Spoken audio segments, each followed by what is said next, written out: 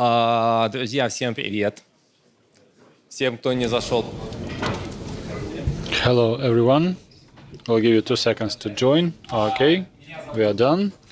My name is Alexey Babenko.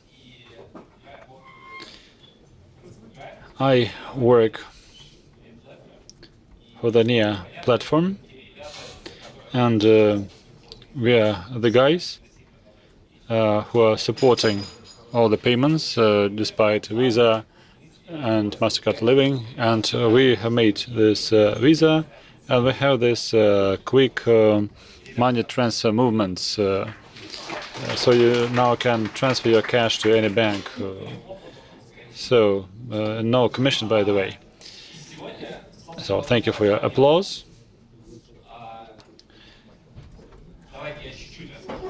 So we come from the National Payment Card System, by the way, NSPK. So in the past, I would spend 10 years doing security things. I was the PCI auditor. I audited the payment apps, infrastructure, and whatever. And for about 15 years ago, I was head of the CBS team. We played TTF, and this is really important. And now I'm responsible for product security. This is the key thing. And I'm also an IT manager, a little bit. So, some preface. Do we have here people who test security? I mean products. Okay, great. And what are the other people doing here? Okay, jokes aside. Well, we'll be talking more about security testing, and the second part will not be on IT, it will be on business. So please stay for this. So if you deal with security systems, you find yourself in a cycle. When you find something, you find bugs, rather, then you have tasks for them, they're fixed, then we have more code and more bugs. And this runs in circles, it looks like that. And this is not really nice, since we, the security guys, have come here to do great things, but we need to find the same issues in the code over and over again. Similarly, this is not the most pleasant thing to do.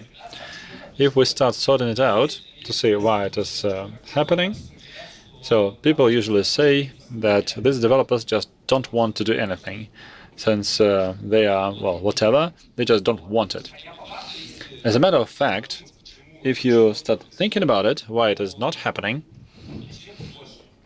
there are more reasons to it. And people can be unaware of the need to do things. They can have no knowledge how to do it, and they can be unwilling to do it. If we talk about the IT guys, well, not to want to do something, well, it doesn't happen often. Well, if you don't ask people to, well, author regulations. So why people are not coding properly? Well, some can say, okay, I cannot do it. Well, but usually they cannot do it because, not because they are stupid. Well, I mean, it's not rocket science to make code secure. And I don't think that the developers know that they need to do it, but they cannot do it. Well, I don't think it's the case. So I believe the root of the problem is the lack of knowledge. And this is quite natural. So the question is, how come people don't know this? This is a bug, and so it was reported. Where was it reported? In a Telegram channel on security? Well, okay, we all have the professional deformation. We deal with the sources normal people don't look at. So they are not interested in the leaks and so on and so forth. And the developers are normal guys. That's why they don't look there. So the things which are obvious to us can be not obvious to the developers at all. So AVASPs, well, can be something they don't know. Well, I believe that this is not new to you. You all understand this. And there are ways to sort it out. And unfortunately, these methods, they are weird sometimes. And well, the first method, and I saw this, would be about like that. Okay, here's a link to the requirements. Do it on your own. Okay, this is nice, but I don't think this is the best way to teach people to do things. There are, well, friendly guys who tell you, here are the regulations, please do it. So they have downloaded the link. And, well, you know, well, the worse the situation, the better they will call it, like raising awareness. Okay, no training. You cannot tell people we just read a VASP to the developers. Well, nobody will pay for this. But if you increase awareness, so then this is a different story. Okay. You know, developers don't like reading regulations. Well, maybe nobody likes actually reading them. Well, somebody is writing them, so maybe they like reading them. Well, what I mean is that to give them the standard and to say, so make it more secure, well, this is not going to fly. This is not going to work out. So the developer will read, you know, they will read the title and continue in their own ways. And the coolest thing is to train people elsewhere. So we'll teach them how to do it well. Okay. There are many issues here. Well, I mean, what are you using? JavaScript. Okay, then it'll be trained by Java. It's Java anywhere. So please go and be taught. Well, it's funny, but sometimes the mobile developers are trained by web experts, or they have firmware for microcontrollers, and they need to be taught on vulnerabilities. So the issue of training is that it is not targeting your pain points. And okay, you can have a certificate, you can print it out, but it will be of not much use. All these methods, well, if you need to include it into your yearly report, you can use these methods, and that's what they're good for. There are better ways to train people. And I believe it's more profitable. So the first way, you can have best practices. For instance, you can tell people how you should code with this stack so that this vulnerability goes away. That's good. You can have a look at this piece of code, this snippet, and use it. You can have security onboarding. So all the people who come to you can be brought together and informed all the ABCs, because the guys who are with you for a long time, they have heard something, and the other ones should be brought to the same level of understanding. Okay, feedback. If you have a bug, and if you find it, and if you fix it in the stack, so the guys who are reading it are not necessarily equipped to understand the criticality of it. So if you have a bug, if it's not typical, so maybe people kind of missed it, or they just didn't know that it's a wrong way to do it, so you should call the guy, tell them what the risks are about, so they'll avoid it. And then it's in-house training. So this is the top thing, because this way you can kind of teach people what you want them to teach based on your pain points, so you can learn on your mistakes. So I believe this is the best option. Now this is somehow justified scientifically. We can have a look at the teaching modes.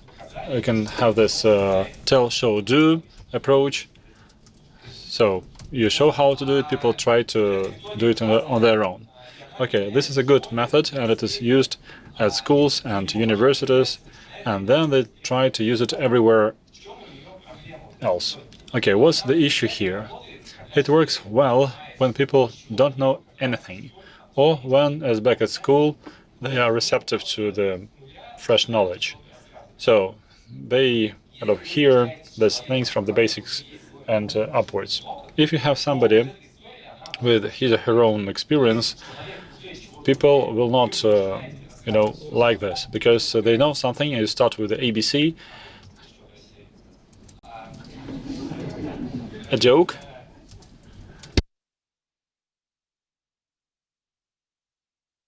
Okay, if we invite you for a training session and start with the ABC. Okay, you understand that that's boring, but when some interesting things pop up, you are not focused anymore. Anyway, so we have another cycle for trading. So we call it the Kolba cycle. So you let the people use your experience, then you look at the results, then you enrich their knowledge with your expert knowledge, and after that they get some new experience and so on. So you do it in cycles. Okay, what is good about this model? So you are not starting from scratch. You are starting from this threshold of lack of knowledge, for instance. Apart from that, so based on what has been done, or what has been taught, you add new things, and this will cause more trust. Okay, why am I talking about it? Okay, how can you apply this model? So mentors can play a good role here. So you have a mentor for everyone, and this approach is used, but this is quite expensive. And you can have games, for instance. When it's the same mentoring, but it's done en masse. So how did we start it? Okay, let us have CTF for our technical guys, so they try to crack things, and then we see some practical results. Okay, why CTF? I believe you all know what CTF stands for. Capture the flag, right? So if you don't know this, you can Google it. Okay. We have all played CTF, all upside guys, so we understand what it is. In the IT environment, everybody understands what the idea is. We can also have task-based CTF, which is easier. You can spend more time. We have the CTF platforms and tasks. So you can build a CTF for your team using some ready-made pieces. So if they are not very seasoned CTF players, they are not likely to have seen it before. So in 2021 and 2022, we had two CTFs. One was called Star-Mir, so we couldn't, and we also had the SpyNet CTF. So these are two topical CTFs. A few words about the topics. So the topics are more or less clear. So this is about web, reverse, crypto, PPS, admin network, forensic, trivia. So why? It's not because we have all these fields in-house. Well, we had to sacrifice what we had. We don't have many people doing AVIS, but those who do everything quickly, so we needed a couple of more consuming tasks for them. And this is more or less clear for every CTF player. Oh, okay. The contents. We had one topic for everything. I believe if you look at standoff, you clearly understand why all these gamifications should have one topic. When you have one topic, this becomes a game. And when it's just a set of tasks scattered around, no one is going to get excited. And it's not exactly playing games. The idea is to train people. That's why all the tasks we developed were developed in our own technological stack, and we're using the vulnerabilities we bump into all the time. So if you take a vulnerability, if you exploit it, and if you understand what the issue is about, you're not going to make this error again. So this is, well, as good as it gets. And, well, I believe that another important thing is that the task should be performed without any dedicated software. The CTF guys, they have a lot of software, and those who do it for the first time should use some makeshift arrangements for this. Another important thing is the grade of difficulty. Well, we do something for the first time. People don't understand what it is. So the important thing is to be able to start. So if you start doing something, you'll be more engaged. And if you cannot do anything, you can just drop it. That's why the first 30% of tasks were very easy. You could Google them, so they're interesting, but still straightforward. So those who go to the platform, they have made some progress and they've been ranked, and so this way it had them stuck. And some of the tasks were 40% were average in terms of complexity, and 30% were more complex or difficult. So in the first 70% we had the major learning tasks, not necessarily in these difficult ones. Okay, some interesting things. We had dynamic scores, so the task wasn't kind of pre-scored. I mean, the more people solve the problem, the fewer points you could get for that. So we didn't want to have any false finish, so you couldn't solve the problem too quickly. And the first time we didn't know how many tasks we needed. That's why we had something more in store. When we saw that people started solving very quickly, we just added more tasks. And I believe that's fine. And in the second CTF, we overplayed it. So we had to give people hints.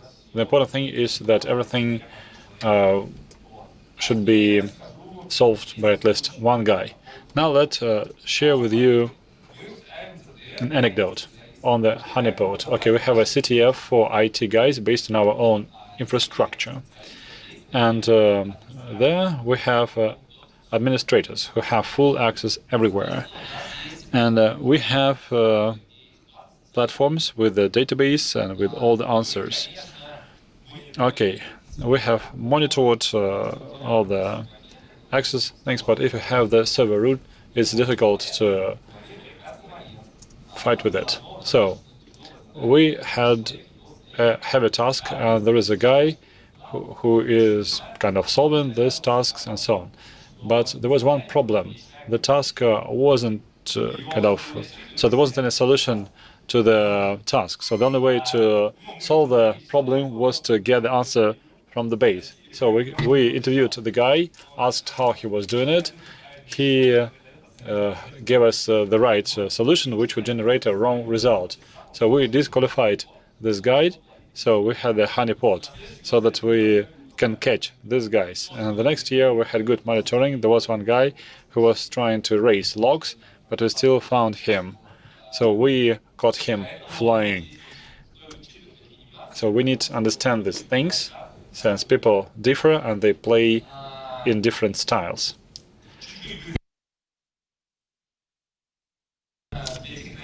Okay.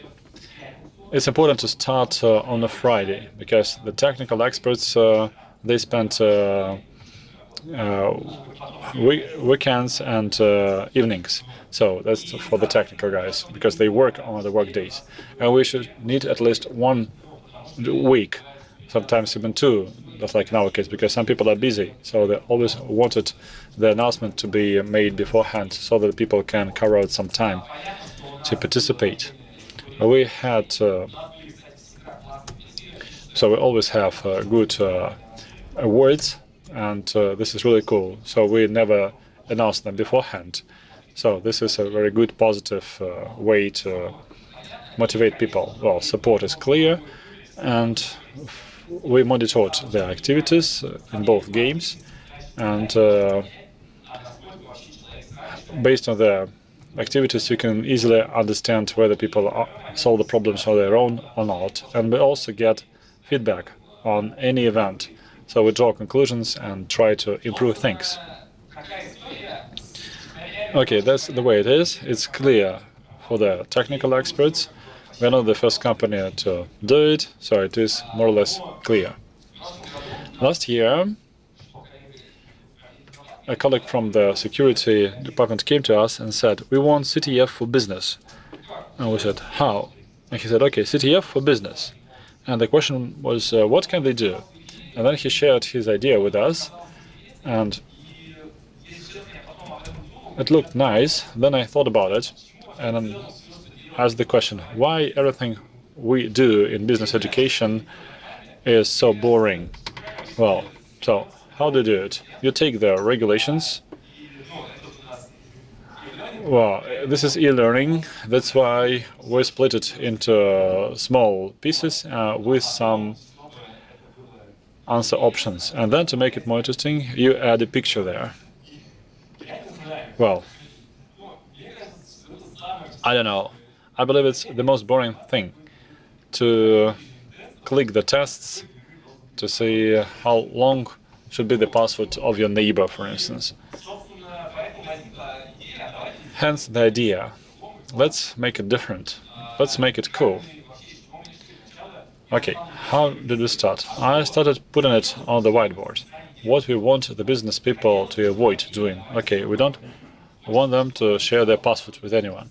We don't want the passwords to be put on paper. We don't want the table left unlocked. We don't want them to follow phishing tags and so they don't publish personal information and so on and so forth. So many things we want them to do, kind of a wish list. And then we thought, okay, what are the things we can convert into problems to be solved? Because sometimes, well, we cannot test things. And as a result, we developed a standalone game. Okay, yeah, so many reasons. And this was called Spy Club game. Everything was done in one style, and for the business people, this is even more important.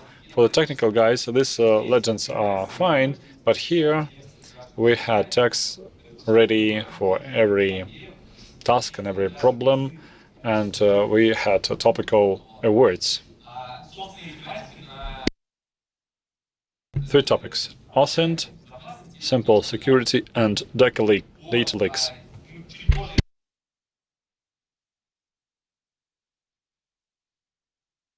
Okay, it's clear in terms of data leak. I believe that the biggest pain is when the business people just don't think about this, so they can just leave information anywhere. So they don't understand that if you do things online, they can leak, or they send to Instagram, just whatever. Okay, OSINT. Well, we wanted to show how much information could be obtained from open sources. We wanted them to do this, so that the next time they shouldn't be surprised that the bad guys know this. And the simple security. This is about problems like to have or to crack an archive with some weak passwords. Okay. Organization. Okay, they used the notepad, the mouse, and the keyboard. So for them, the environment can be reduced, and the internet resources they were pretty much standard. And timing was shorter. Well, for technical CTFs were for 2 weeks, and the business CTF, so the first guy, so we had it once, solved all the problems at 3 o'clock in the morning the next day after the start. And he was looking through his working day, then the whole evening, then the whole night. So he solved all the problems and relaxed. So maybe, well, these guys are more persistent. So they work without any breaks.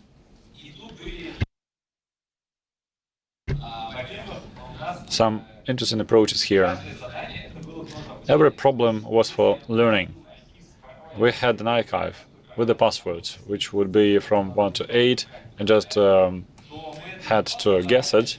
It wasn't just an archive with the password. We had a kind of a legend that this archive was stolen because somebody put it on the memory stick and lost it. So, I mean, the source of the task was also a good practice, so that people should read this and think, okay, things like that shouldn't be done. Here is what it can lead to. Well, it's important that we shouldn't have our problems like difficult passwords and so on, but we had a game, and there were several problems which didn't relate to our routine, like the book, encryption or coding. But this is just an instant thing, so we just added it there to balance it out.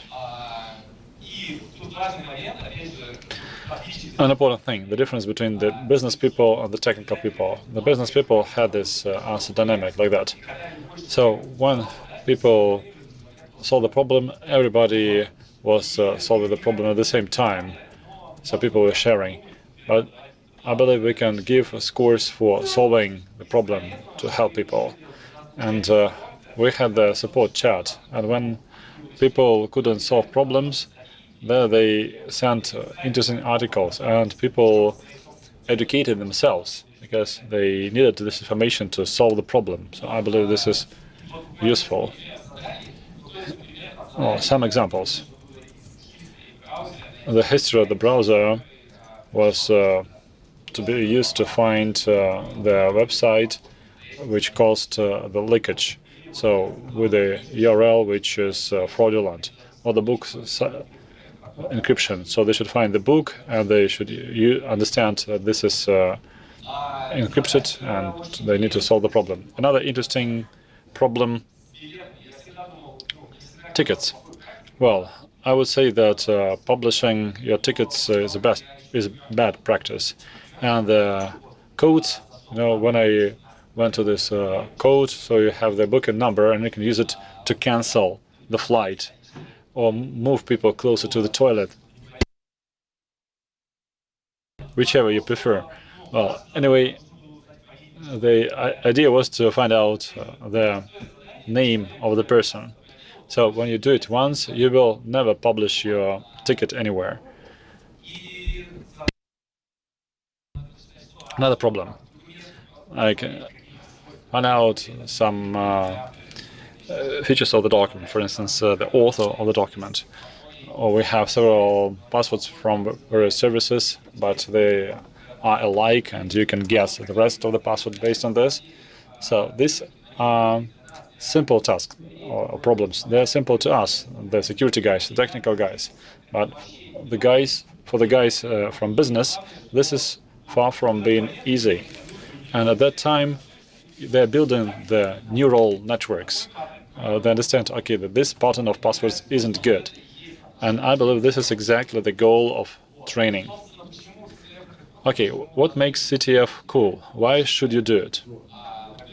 Number one, for the participants, they believe that CTF is not about training. For them, it's team building and kind of situation when they can spend time well. And some of them thought that our HR department arranges quests and other events like that.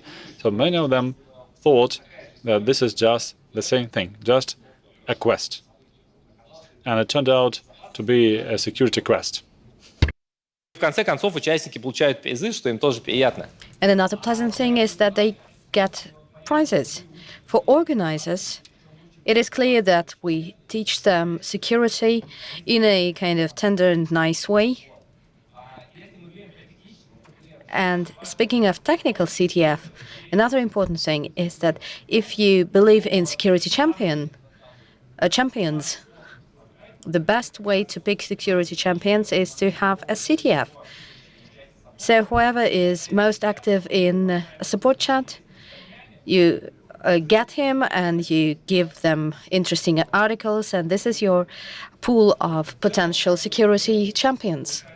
So CTF improves security culture. People would come to me with feedback saying that it's great that it's done this way.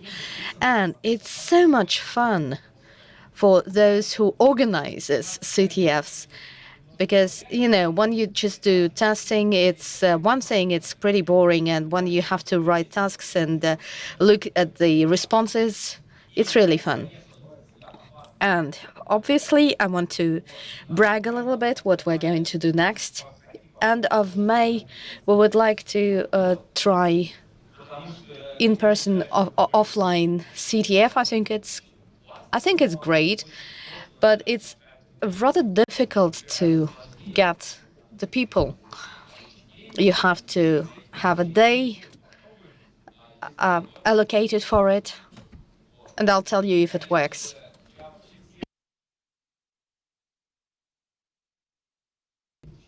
And try not to just train people because they're supposed to be trained. Try to measure certain metrics, KPIs, and use it. If this is what they're lacking, if this type of knowledge is lacking, that's what you should train them on. So that would be all. Thank you very much. I'll be happy to take your questions.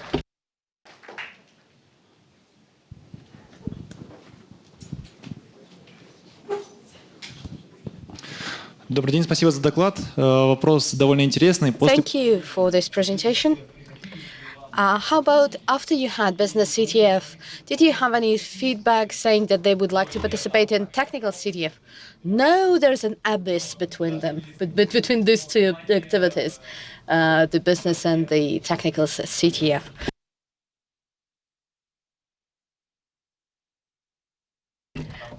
In business CTF, it is so light. It is so, high level. And but it didn't even inform the business guys about technical CDS and vice versa. I mean, I'm not sure they even know they exist. Thank you very much for this presentation. I did something similar, but my major challenge was that even the developers opened the CTF. How do you motivate the technical guys, the developers, to participate? Our prizes were not happened to be not motivating enough, looks like. And also, did you try to organize a CTF where there's team against another team, and there are team leaders, and they combat online and. Let me start by answering the second question. We were asked to do something like that. We are thinking about it. We're going to have attack defense. We'll see how it works working in teams. I think it's cool. Actually, Team CTF would allow you to resolve the issue that you asked in your first question. In every team, there is this. There are the active guys, and if you wish to get a team out of your developers, this active guy would drag in some other guys because he's so charismatic.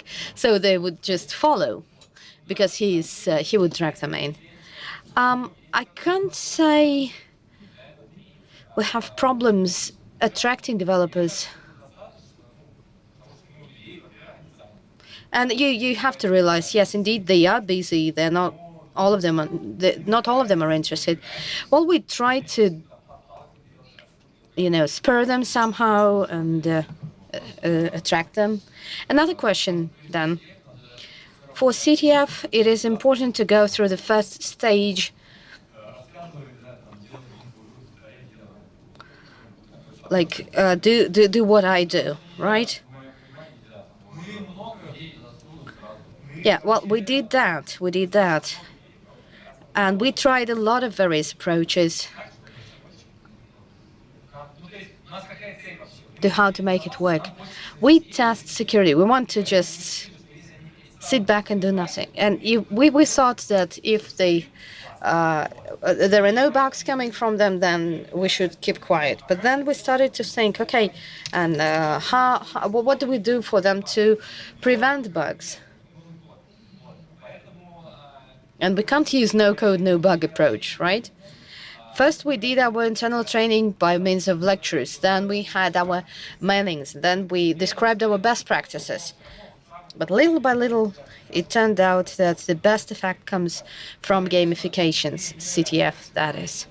But the things that I mentioned, CTF does not abolish the regulatory documents and the other stuff. CTF is something they like, but it doesn't mean that we don't need anything else. Thank you. I'm here, right. Thank you for this presentation. In the beginning of your presentation, you looked at these questions. I don't want to, I can't do it, and I don't know. But sometimes developers really can't. So my question is about this. If you look at smallish companies like startups, for example, where there is a small team that has financial constraints and resource constraints, and they definitely don't have time, would it count as they can't rather than they don't want to? Or they have releases once per month and they don't have time to develop a secure code? Now, I mentioned secure code. No, you're saying a CTF is a way out. Yeah, sure. What would be an option for a team that is very limited in terms of resources and time? Well, you would have to hunt the market for people who are experienced enough. If you are resource limited, you want to single out one person and call it security champion, give him the black badge or hoodie, even better, and let him go to the courses and then be in charge. Obviously, he's going to do it in small bits, but the general level will go up anyway. Have you looked into an opportunity of having a CTF? So you mentioned a mentor. You train the mentor, and then the mentor trains somebody else and pass the knowledge onward.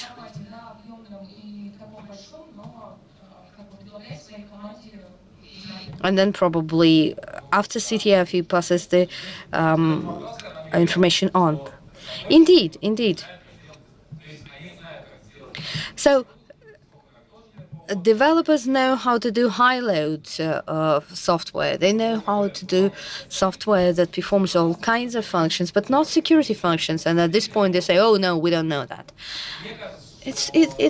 It doesn't work this way. I think it's just making excuse. They know it. If you need, you probably want to train one person somewhat better in security, for a kind of for a perk. Hi, we also use CTFs. Great, I totally share your point of view, but we have this issue. So I'm interested if you encountered it as well. The expertise level of those who participate differs. Some people have participated in several CTFs, others are first-timers. So the ones we want to train are in the bottom of the rating. They don't have any chance of getting the prize, and they are demotivated. And the ones who actually know everything better than us, and they know how these tasks work, they keep getting all the prizes. And it would be weird to exclude them, right? Because it seems unfair. You kind of punish for their knowledge, but then shall we split them into leagues? How about you? Did you have this issue? Oh, what a cool question. We do have this layering factor as well, but again, doesn't seem to demotivate. The cool guys get extra complicated tasks. If you get 90%, and then it takes him 2 weeks to do the last 10%, it would be great because it would motivate the rest to fight through the 90%, right? So we increase, and I don't see any things like I don't want to play because I'm not going to be the winner. Right, a good idea. Thank you.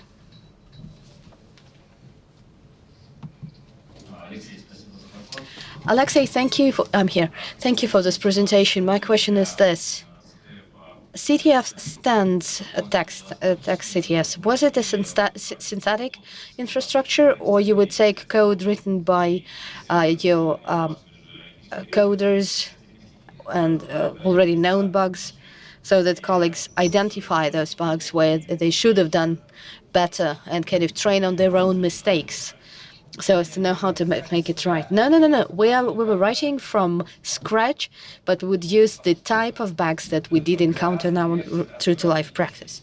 It's much easier than to take an existing product and then find the bugs and then use it and input an answer into it. It's easier to take the bugs that you know and then put it into your new code. I have a question. You mentioned you had the reverse engineering tasks, quite complicated, and probably they had to use certain tools, but they cannot differentiate the good tool from a bad tool, right? In our case, people would clone and spy repositories, how to de-risk, because he would work on CTF and at the same time introduce malware. Well, it can't happen with us, but we did have this question.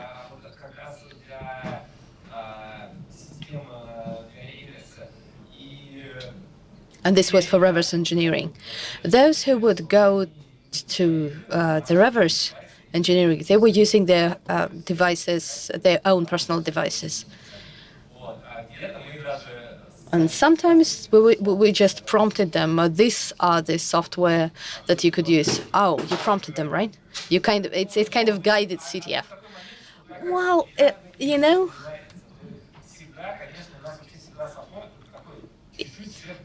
we support them. If you see that it's taking them too long, we kind of prompt them, because otherwise it's too boring.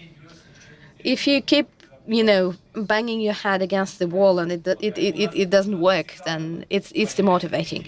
So we kind of feed them on prompts a little bit, so as to keep their interest. The mic is coming. Please wait.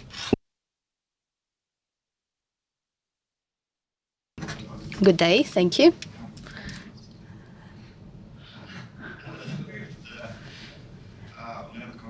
So my question is this. So you had this CTF, and you did everything to train the business and the developers. So did it help? Did it turn on the next release that you did? I mean, did you have an exhaust? While we can't give you it in numbers like 17% better, subjectively, yes, we feel it. Yes.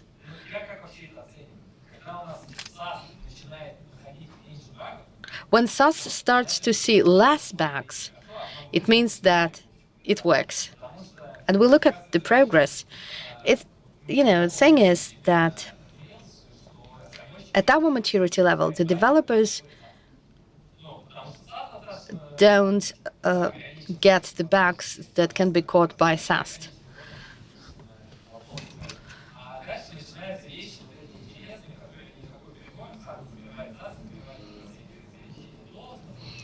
Some other things like logical errors, etc. This is something that we love to do manually.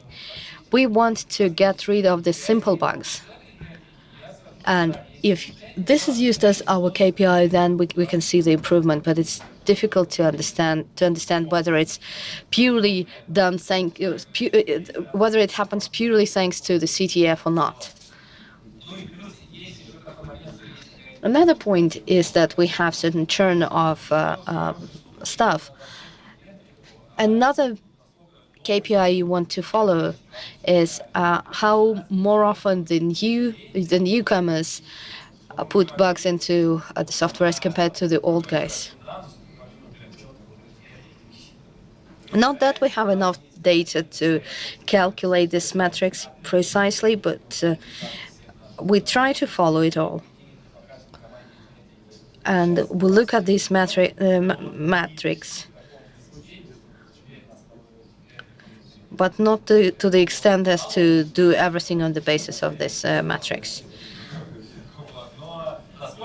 Yes, it has become better, but I can't give you percentage numbers. Thank you. My question is this. Say there is an abyss between security guys and the developers.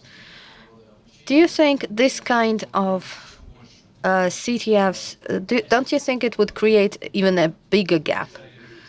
Say the IT guys resolved the business guys resolved simple tasks and they thought, oh, okay, that's easy.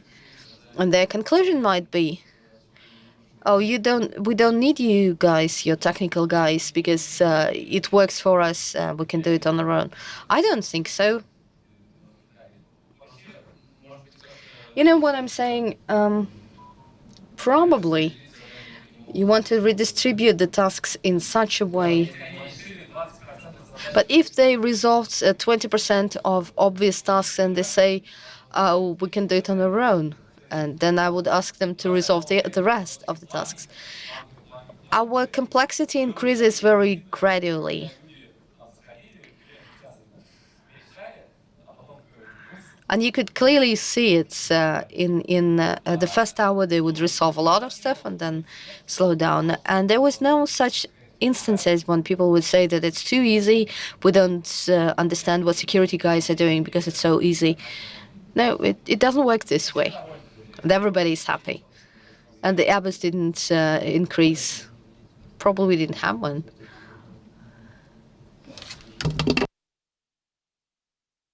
I can see another question in the first row on my left.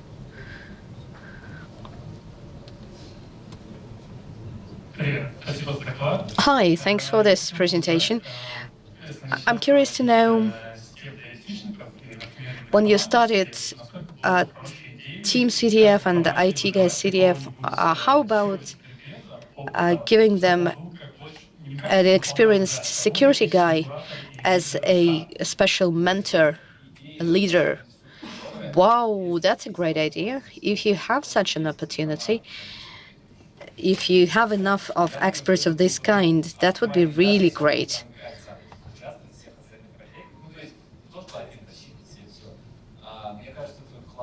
I think it's a brilliant idea. I'll write it down. You really need to understand that this guy should not just understand security, but also understand the CTF. When you do defense and CTF, you don't really understand what needs to be done, and this kind of mentor could be helpful. What we did pre-training. We did the demos and all that, so that people don't start from scratch. Because we don't have enough of experts of this kind to put some, to use as sort of mentors. But I love your idea. Time is up, and please pick best question. I loved this last question because this would be my pet idea. Not because I only remember the last question, but really because I enjoyed the question and I would use it. that would be the guy. Thank you. Thank you very much.